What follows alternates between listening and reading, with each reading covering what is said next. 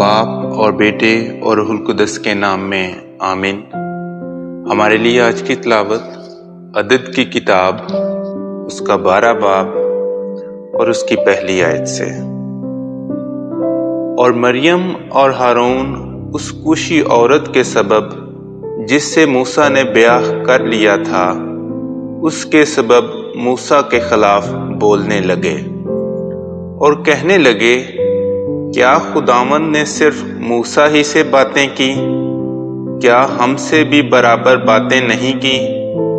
تو خداوند نے یہ سنا، اور موسیٰ بڑا ہی حلیم مرد تھا، سب آدمیوں سے زیادہ جو روئے زمین پر تھے۔ اور فی الفور خداوند نے موسیٰ اور ہارون اور مریم کو فرمایا کہ تم تینوں خیمہ اجتماع کے پاس آؤ۔ چنانچہ وہ تینوں آئے۔ تب خداوند بادل کے ستون میں نیچے اترا اور خیمہ کے دروازہ پر کھڑا ہوا، اور اس نے ہارون اور مریم کو بلایا تو وہ دونوں آئے۔ تب اس نے کہا، میری بات سنو، اگر تمہارے درمیان کوئی خداوند کا نبی ہو تو میں اس پر رویا میں ظاہر ہوں گا یا اس سے خواب میں بات کروں گا، لیکن میرا بندہ موسیٰ ایسا نہیں، بلکہ وہ میرے سارے گھر میں امانت دار ہے۔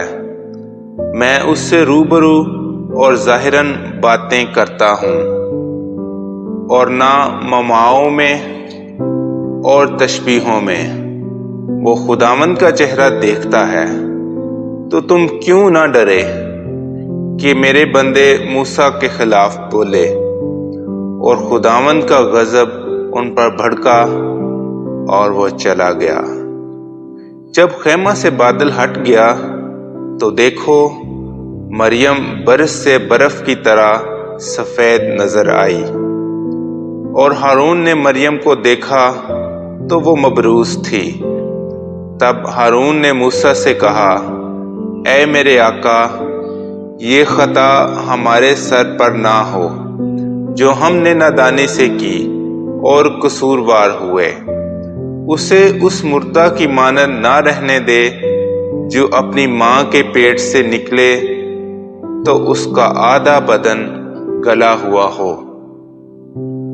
تب موسیٰ خداوند کے پاس چلایا اور بولا، اے خدا، اسے شفا بخش۔